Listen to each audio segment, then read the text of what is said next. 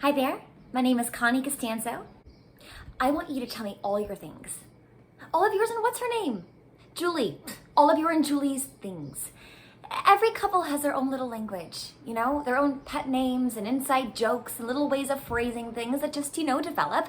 And I know that I've recycled mine before, and I don't want that to, I'll be talking in one guy's and ex's language and making our jokes and saying things in the ways that we had come up with together, and then I'll turn around and it'll be this new, completely different guy in front of me, and he doesn't get it, He just thinks that I have this really weird way of talking that isn't funny or endearing or sexy at all, but just weird. I mean, he understood. We were speaking English. It was just as though English had been okay, imagine you've got this cheese grater, okay?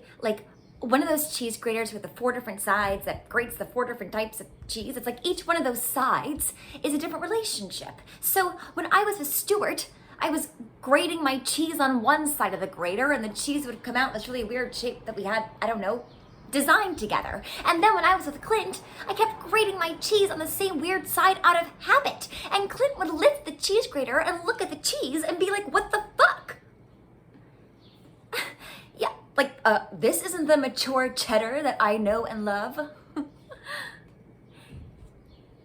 He was actually lactose intolerant, and not metaphorically, he genuinely struggled with dairy, but I just want you to tell me all your things so that I never have to lift the cheese grater and find someone else's cheese in our kitchen.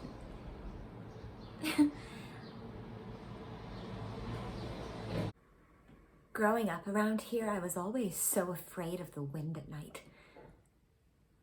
There's such a particular howl it has. And it used to remind me of ghosts and werewolves and just horror movies stuff. But then as I grew older, it started reminding me of other things, much scarier things, like growing old, I guess, and being alone, but totally, completely alone. Where you go out shopping for groceries during the day just so you can come home and eat them by yourself at night while you watch these TV shows that are filled with images of a world you don't even belong to, but that you convince yourself, you do, and you just pass the time convincing yourself that you're a part of this world. And you try to remember what it was even like to be there because you can't face the fact that you are just completely isolated, alienated from everything, and just completely alone. And then that's it. There's nothing left. It's just you, and you don't even get a chance to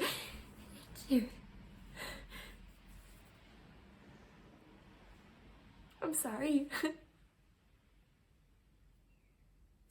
Maybe I'm crazy.